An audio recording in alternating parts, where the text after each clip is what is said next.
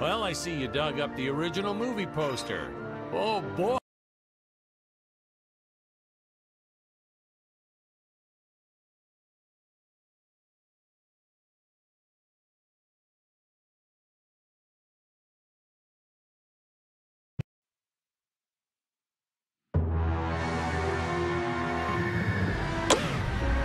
Hello, Dan Smith here. I directed this film back in, well, it feels like a century ago.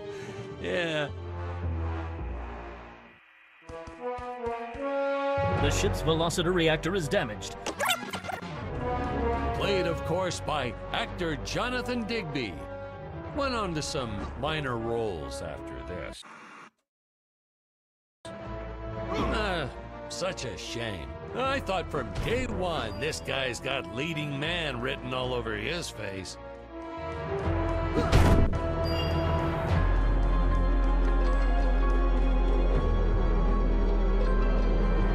Greetings, citizens of Gravoria. Probably shouldn't have had Dick draw his weapon when he was talking about peas. Well, maybe one day we'll go back and CG it into a sandwich or something instead. Ha! Just kidding. And this is what people pay to see. A no-name middle-aged B-list actor duking it out with stuntmen in costumes. Such stunning choreography. Now, the extras in those robot suits really knew how to take a punch. Oh, literally. I told Jonathan not to hold back.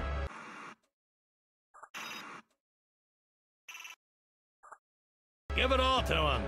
Kick him in the nuts and bolts.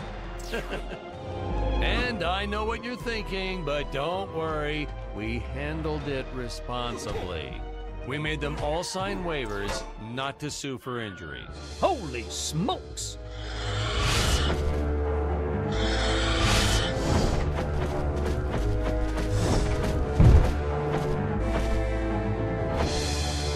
If I land squarely on that grain... Well, I shouldn't say this now, but you could actually see the strings if you squinted hard enough.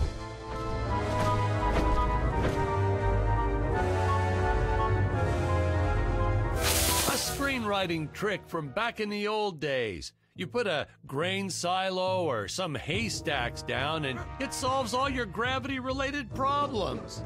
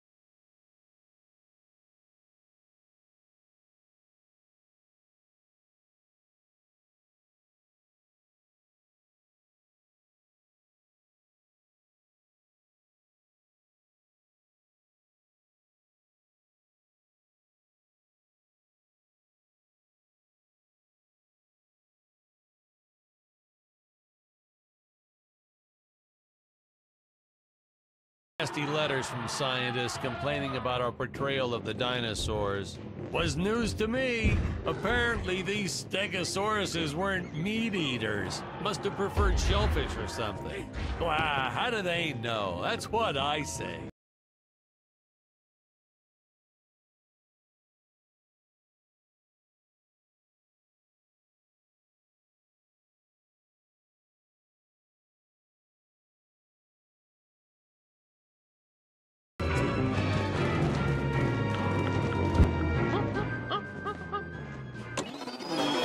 As usual, the local population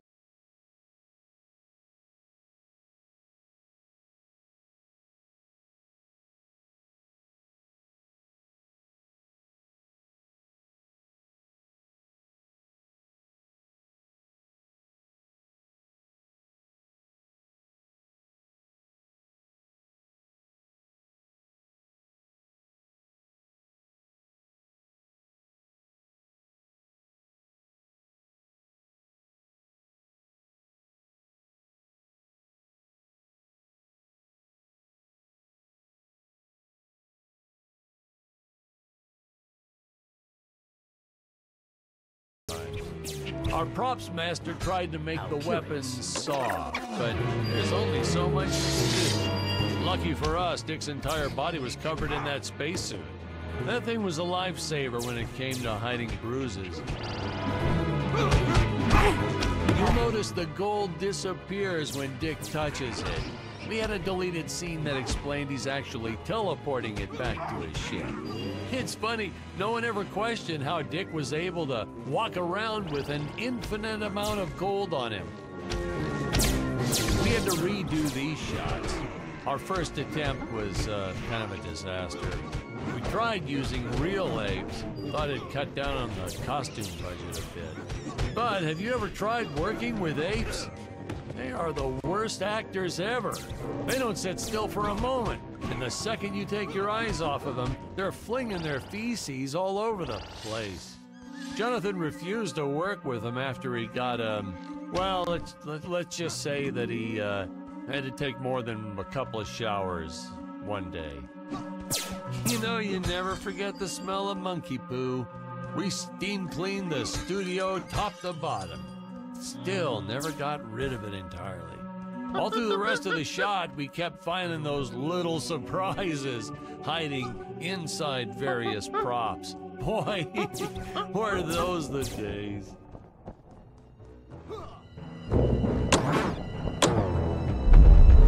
Some really top-notch stop-motion effects, huh? Unfortunately, we skimped on the Dick Starspeed puppet a little.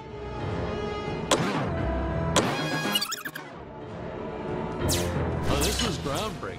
We had the woman rescuing the man for once. We were really ahead of our time with this scene, but well, then again, I've always been rather progressive. The studio exec didn't seem to get why it was such a big deal, though. Sorry, we don't see this as anything unusual. Ha! Of course! It's unusual. A woman would never save the man. It just doesn't happen. Not in the movies, not in real life. I don't know why we didn't get more recognition for this scene. I guess I was just a little too ahead of my time.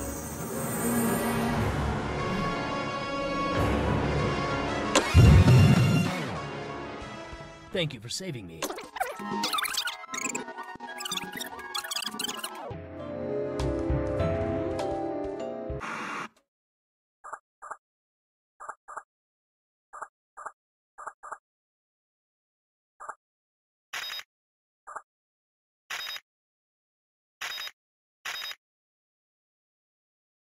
Hey, is this thing on? Can you hear me all right?